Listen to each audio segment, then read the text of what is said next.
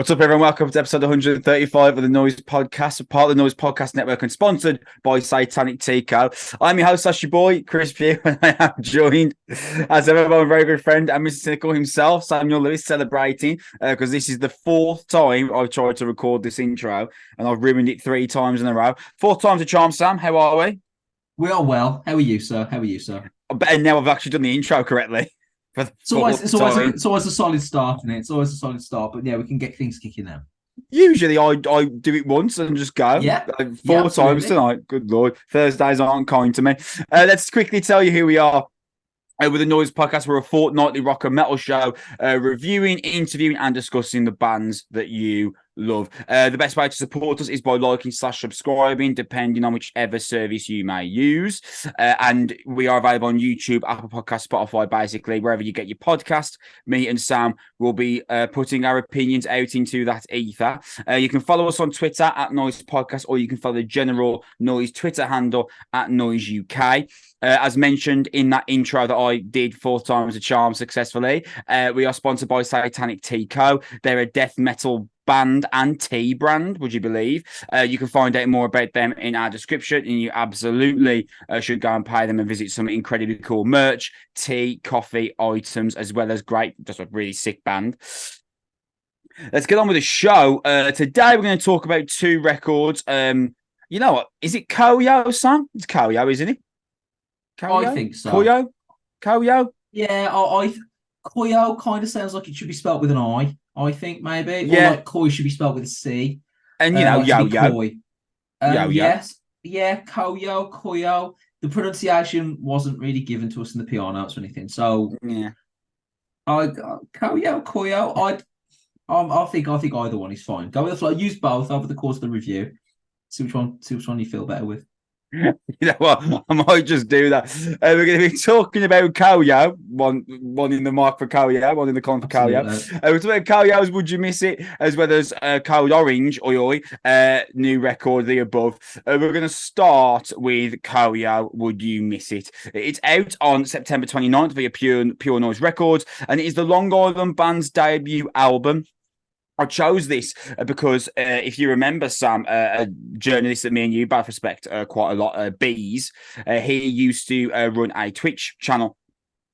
And I don't know how he did this. I mean, it was pretty insanely impressive, actually. He used to do like a stream every Friday, and he would constantly just somehow know or find all the latest, like, great singles that you might have missed out of the last fortnight. Now, granted, he gets PR releases the same way that me and you do, but we get loads, and it's incredibly difficult to kind of sift through the mix about the stuff that really matters and the stuff that's really good. I can only imagine how many Bees used to get or still gets. And he used to do this Twitch channel, Twitch stream every Friday with all the greatest new songs that you may or may not have heard. And Koyo were on there once, and I encountered them that way. And they've released a couple of really pretty solid EPs. So I thought it would be interesting for us to review the new record, as well as the fact of we haven't really discussed much pop punk this year, which is probably great news for yourself.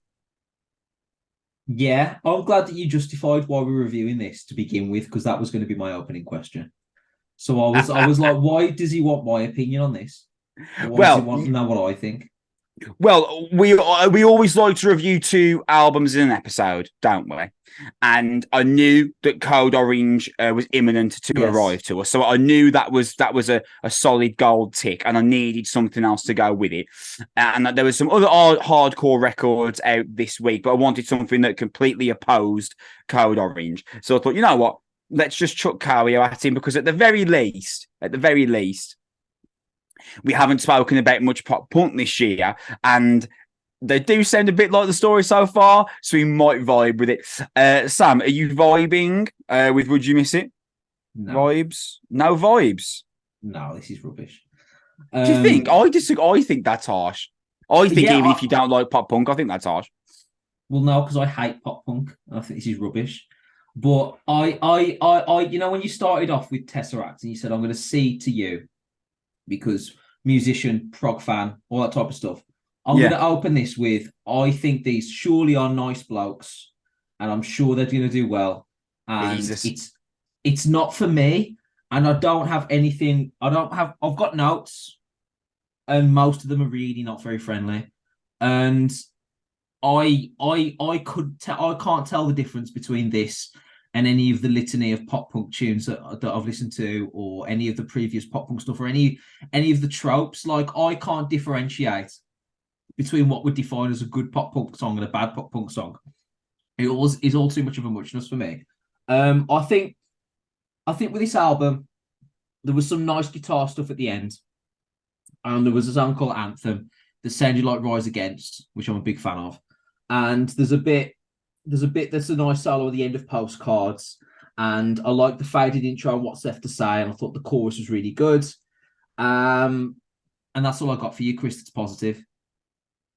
Well, okay, which is interesting for me because I thought I know you're not like a hardened fan, but you do like the story so far at the very least, and there are some straight lines we could draw between the two bands. So I'm not surprised that you dislike it because you don't like pop punk, and I knew I was putting you in a tough spot here by selecting this.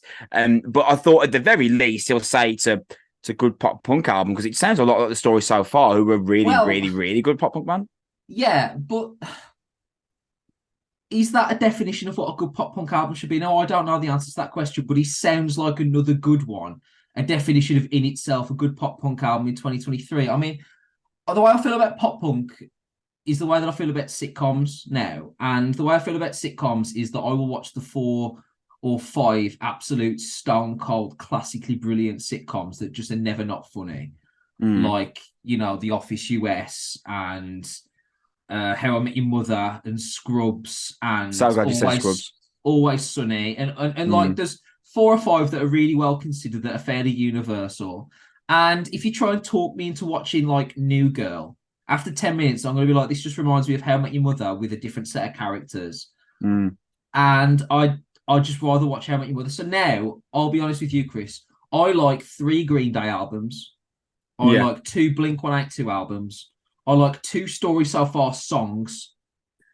and I said you like them. And I was thinking of names of bands that I could compare this to, and I could remember very few of them because I just erased them from my memory like an immediate recycling bin because I don't give a shit about pop punk. Now, I'm sure these are lovely gentlemen, and I don't want to hurt their feelings. I really don't. I doubt they even care what I think. And Long Island, south of New York, and I think New York's fantastic. So shout to those. That sounds like a fantastic place to grow up. But I listen to this in the same way that I feel like if I walk past a cartoon on the television, and I just feel like it's something that I've no interest in anymore. Like it just feels like anime to me. Do you know what I mean? Like it's just the things they're singing about, like losing friendships. And he said, and I text her and she didn't text me back. It's like, oh, bro, I was 23 as well. But like, I don't care at all. And I want to justify that this for Matt, I could recognise that this is successful in terms of the pop punk tropes, but you might be able to tell me differently. I couldn't differentiate this from a 7 out of 10 pop punk record, apart from the fact that it's got the date on the side. And some of the amount of times they opened with, let's do the riff quietly for 30 seconds and change the tempo after 30 seconds and kick in with a slightly different riff. And like, if this was like a poem, it's just assonance over and over again. It's all the ooh sounds and all the R sounds, and they're emphasized at the end of every line, and it's repeated in every pre-chorus, and then a different set of vowels are repeated in the chorus. And I just feel like, Chris, I'm listening to a 60-minute song, but I will preface that by saying I might have felt that about this if this was like a work of art within the pop punk industry, which brought me back to my original question. I'm unsure what you thought I was going to say about this. And I was confident you'd dislike it. I was confident you'd dislike it because I don't want to feel like I've spoilt the party a little bit here. Because if you think this is great, then I'll see to that. And I appreciate that maybe this is not pinning me as the most versatile weapon in the Noizze arsenal. But this I don't think I'm particularly equipped to be able to differentiate this between the shades of grey that possibly exist within pop punk genre in 2023. Because it just sounds a lot like everything else. And I don't know where pop punk is going in the future, and I don't know what the next move is for it. But it can't be just repeating this. You tell me, couldn't you have put this in 2017? Yes. And 2006? Yeah. Well, 2009, Mm. 2011. 2009, 2010, and 11. Yeah. So the fact that this could have appeared, like, genuinely, I'd say this with no criticism. I'm sure they're great and fair play. Opening album mix is really good. I really hope it works. I genuinely say that this is not a personal insult, but my favorite bands are in a different world to this. And if you could have dropped this in any point in the last 14 years, then it's not moving the genre forward. It's just trying to assimilate with the genre that already exists. And for me, Yes. that is a bygone thing. And I think this sounds a bit like Story So Far is in itself not necessarily a compliment, but I also don't think that's necessarily putting it to the, I don't know, the upper echelon of what pop punk could or should or would or might be, because I don't know the answers to any of those questions. I'm going to cede the majority of the review after this point to you, because I think you'll be able to speak a little bit more eloquently, a little bit more detail about this in relation to other pop punk records. It's just not. It didn't do a lot for me. And then I was getting like 2/3 of the way through, and I was like, am I missing something here? Because maybe there's like a secret reason that I should really like this or something. But it just felt like all the songs I used to go out for a fag break at Planet Inn. Well, yeah, I mean, I selected this record purely because I wanted something different to Code Orange, and and you achieved that. In fairness, that was a success. Yeah, I did. I always try to avoid just recording a review where we review two similar sounding albums or similar genred albums purely for my own sanity, really. Yeah. Because most of the time we review bands and a lot of it is kind of predictable. This record being one of those examples. And hearing two predictable albums both in the same genre can be somewhat painful when you're listening intently and like writing up notes on them. So I pick opposing albums for my own sanity more than anything else. But just a couple of things that you mentioned before we actually talk about the record. In terms of like the stagnation of pop punk, the position where pop punk is, where like magazines are trying to pretend that Machine Gun Kelly is moving the genre forward, that's where pop punk is. Pop punk is in a position where magazines are pretending that Machine Gun Kelly is changing the game for pop punk, when that is absolutely not the case. The last band that did something sizable in terms of like a changing of the guard for pop punk might be A Day to Remember, but really to call A Day to Remember a pop punk band is a little bit reductive, because they're only a pop punk band for about a quarter of their songs, and that's only up until What Separates Me From You. After 2011, A Day to Remember, they go back into a metal band for a bit, and then they drop the odd pop punk song in. So really, A Day to Remember, the last band to do something sizable and big in pop punk, and they burst through the scene in 2006. So it's been a while. Pop punk, similar to thrash, has already absolutely had its heyday and probably won't ever have another one. And now what you are seeing is new artists coming through that listened to Green Day growing up, or listened to Blink-182 growing up, and try to emulate that with what's currently popular in pop punk, which is the Story So Far tropes, as well as the State Champs tropes as well, and trying to blend those two together. And that's kind of what Koyo Would You Miss It does. I'm speaking about this as a pop punk fan, so you know, it's similar how you might want to take Sam's review with a grain of salt, you might want to take mine with a grain of salt as well, because I'm somewhat biased. 51st State opening track, got that high octane punch and slide that Story So Far have mastered. It feels like it ends almost immediately after it starts. And I mean that as a compliment in the sense that like it kind of bursts into life. It makes its impact and then quickly fleets away. They use a drum build to its climax, which is as A Day to Remember as it gets. That trope, drum build to the big climax. Again, I mean that as a compliment.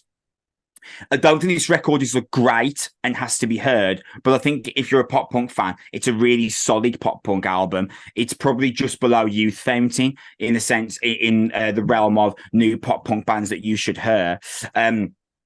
For I Might Not, I'm unsure whether Harold or TJ is the lead guitarist. There's a beautiful little riff that opens it, breaks out into an almost hardcore style vocal by Joseph. There's a bite and boil to the track that kind of melds with the pop punk sensibility. It's like if Derek Descanio from State Champs spent a summer listening to 80s punk. Flatline Afternoon's got a beautiful sweeping chorus, got this like delicious, sumptuous hook to it from Joseph. implodes into a breakdown. But that doesn't seem kind of ill-serviced or thrown in because, like, oh, we should have a heavy closing. There's a kind of the static juxtaposition of that works quite well, and it's propped up by a really thumping drum beat. And really, from there, the rest of the album is relatively similar to what precedes it. Like, this album lays out its blueprint and repeats it for 36 minutes. I'm cool with that because I really like pop punk, but I can totally see, and I knew sending this album you weren't going to enjoy it.